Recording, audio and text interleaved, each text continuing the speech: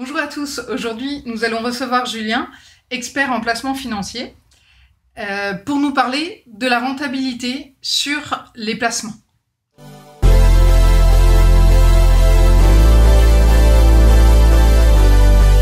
Je vais te laisser te présenter. Oui. Alors, Julien Laurent, associé du cabinet JEC Finance à Nancy et expert en placement financier depuis un peu plus de 10 ans maintenant. On a souvent des questions de la part de nos clients, oui, parce qu'ils n'arrivent plus à savoir où placer leur argent.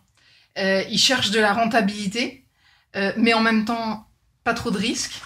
Qu'est-ce que tu peux nous conseiller comme support aujourd'hui ? Il faut bien comprendre aujourd'hui que quand on cherche un placement financier, on en a pléthore et il est extrêmement compliqué aujourd'hui sur le marché, que ce soit le marché des agences, le marché d'Internet qui est extrêmement présent.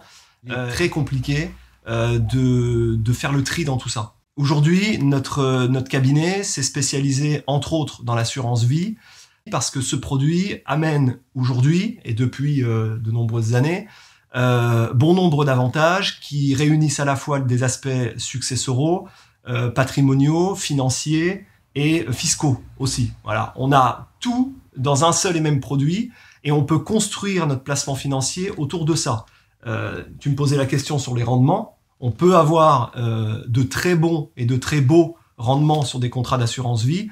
Tout va dépendre d'une chose qui est primordiale au départ, c'est le profil épargnant. C'est qu'est-ce que je veux faire de mon épargne? Est-ce que je veux la rendre liquide et disponible à tout moment? Est-ce que je veux en bloquer ou je peux en bloquer une partie pendant une durée X ou Y? Est-ce qu'on peut avoir du rendement encore aujourd'hui? Oui. Est-ce qu'on peut gagner de l'argent avec les placements financiers? Oui. Mais alors pourquoi plus l'assurance vie que les autres supports qui existent? Ce que ça apporte de plus, aujourd'hui, les contrats entre guillemets de bancarisation classiques, type PEL, CEL, livret A, livret bleu, livret jeune, tout ce qu'on veut, ce sont des bons produits.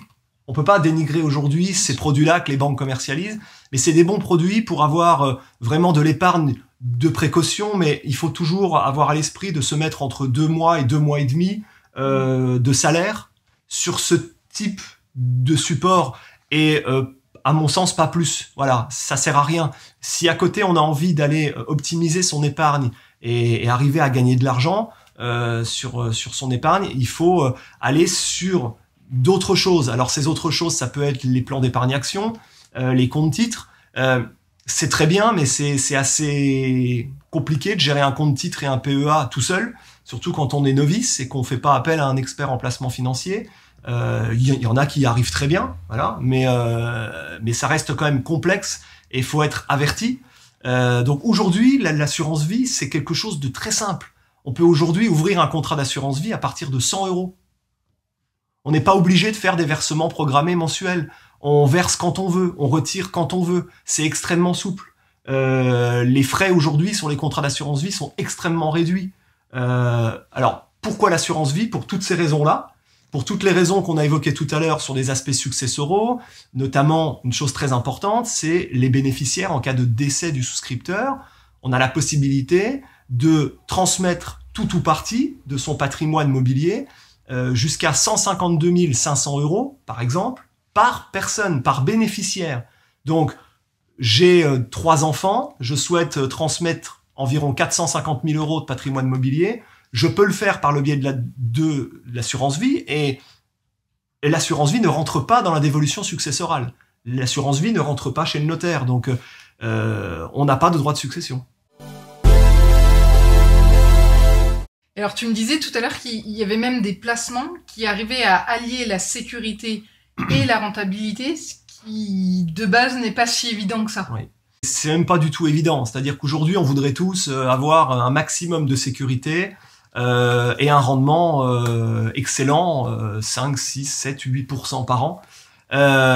Mais aujourd'hui c'est pas qu'un rêve. On peut arriver à construire au sein de notre cabinet des produits financiers sur mesure. Donc c'est vraiment dans la dentelle, hein, on n'est pas sur du prêt-à-porter, on est vraiment sur du sur-mesure pour une typologie de clients bien particulière. un client vient nous voir au sein de notre cabinet, nous amène un projet de placement et nous dit j'aimerais que vous me construisiez un produit financier qui n'existe pas nécessairement sur le marché et qui me rapporte un rendement de temps. Et il faut essayer qu'on corrèle à tout ça un aspect de sécurité aussi. Sécurité du capital et sécurité de versement du rendement. Ça, on sait faire. Voilà, on sait faire. C'est notre cœur de métier avec l'assurance vie. Et il faut placer à partir de combien pour faire ça? On peut construire un produit sur mesure, normalement, à partir de 500 000 €. Donc, un client qui veut venir nous voir pour construire un produit financier sur mesure peut le faire, techniquement, avec une mise de départ minimum de 500 000 €. Mais la spécificité est très importante dans ce que je vais dire, c'est qu'on n'a pas besoin d'avoir un seul client. C'est-à-dire qu'on peut très bien trouver une dizaine, une vingtaine ou une trentaine de nos clients qui nous apportent une somme moindre et qui, au final, ces clients-là vont pouvoir avoir le droit, avoir la capacité d'avoir un produit sur mesure pour eux, avec un rendement intéressant, une barrière de sécurité forte, qui n'aurait pas pu avoir tout seul si c'était présenté dans une banque privée ou dans une banque de gestion d'actifs quelconque. Voilà. Là, on voit qu'effectivement, GEC Finance a vraiment une plus-value par rapport à un courtier standard ou une banque qui va vendre des produits standards pour tous les types de clientèle que tu peux rencontrer, quoi. Oui, l'avantage de passer par des gens qui sont experts, c'est qu'on va vraiment écouter le cahier des charges du client, écouter ce qu'il veut, ce qu'il souhaite, et on va lui construire son projet autour de ça. Des fois on y arrive, des fois c'est un peu plus compliqué, des fois on n'y arrive pas, parce que voilà, il y a des fois des choses qui sont possibles et d'autres pas possibles. On peut pas faire de la magie non plus. Mais dans 90%, 95% des cas, on fait ce qu'il faut pour y arriver.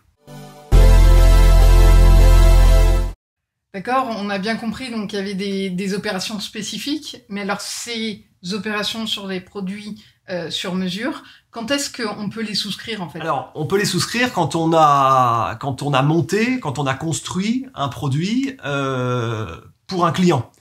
Donc il faut qu'on ait une demande à la base. Donc on a une enveloppe à ce moment-là.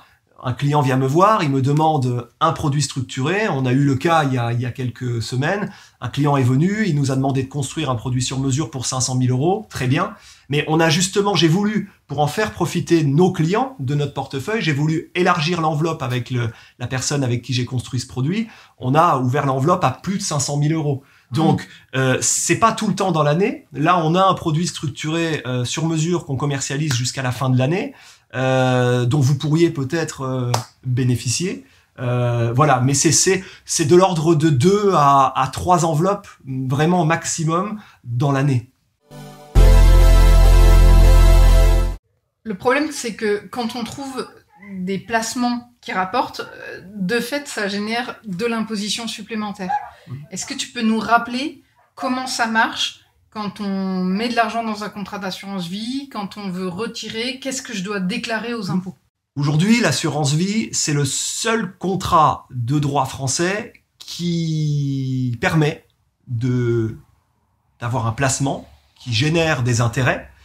Et ces intérêts, pendant la vie du contrat, si on ne retire pas son argent, donc si on n'effectue pas de retrait, des rachats, c'est le même terme, il n'y a pas de fiscalité à payer. Tant que j'ai mon épargne qui reste logée sur mon contrat d'assurance vie et qui va cumuler au fil des mois, au fil des années, des intérêts, je ne déclare pas ces intérêts-là dans mes revenus. Contrairement à d'autres placements, de bancarisation, par exemple, alors pas nécessairement ceux qu'on a parlé tout à l'heure, mais des placements de bancarisation qui, eux, sont fiscalisés, où là, on va devoir avoir une obligation contractuelle de déclarer ses revenus, ses intérêts dans ses revenus, justement.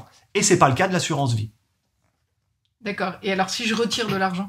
Alors, quand on retire de l'argent de son contrat d'assurance vie, quand on effectue un rachat, c'est à ce moment-là qu'on va payer de l'imposition, mais uniquement sur la valeur de ses intérêts. Jamais sur le capital. Je retire 500 €, 5 000 €, 50 000 €, j'ai X montant d'euros d'intérêt, c'est uniquement sur ce montant d'intérêt que je vais payer de la fiscalité. Je ne paye jamais de fiscalité sur le montant du capital. Quelle est la fiscalité ? Soyons simples, elle se décompose de deux manières. On a à la fois les prélèvements sociaux, qui sont de l'ordre de 17,2% à l'heure où on se parle, et de la fiscalité, où on va pouvoir choisir une double imposition, donc soit l'une, soit l'autre, hein, c'est pas une double, mais plutôt soit l'une, soit l'autre. Soit on va décider de déclarer ses intérêts dans ses revenus, donc ça va venir se compléter à ses revenus de salaire, de pension de retraite, etc. Donc ça va venir augmenter mon assiette fiscale de départ. Soit je ne veux pas que mes intérêts soient inclus dans mon assiette fiscale et je décide à ce moment-là de faire ce qu'on appelle le prélèvement forfaitaire unique.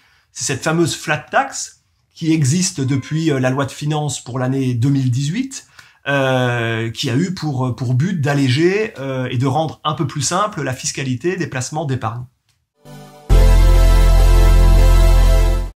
Merci beaucoup Julien pour cette intervention et ton expertise sur le sujet. Donc si jamais vous avez des questions, un investissement à faire, vous voulez discuter d'un projet précis, n'hésitez pas, je mettrai les coordonnées de Julien dans les commentaires ci-dessous et vous pouvez nous appeler, nous vous les redonnerons. Il faut bien prendre conscience que chaque conseil doit être personnalisé quand on parle de patrimoine et c'est pour ça que Julien et moi sommes là. C'est parce qu'on va vous apporter un conseil rien que pour vous. N'hésitez pas à nous solliciter et nous vous répondrons bien volontiers.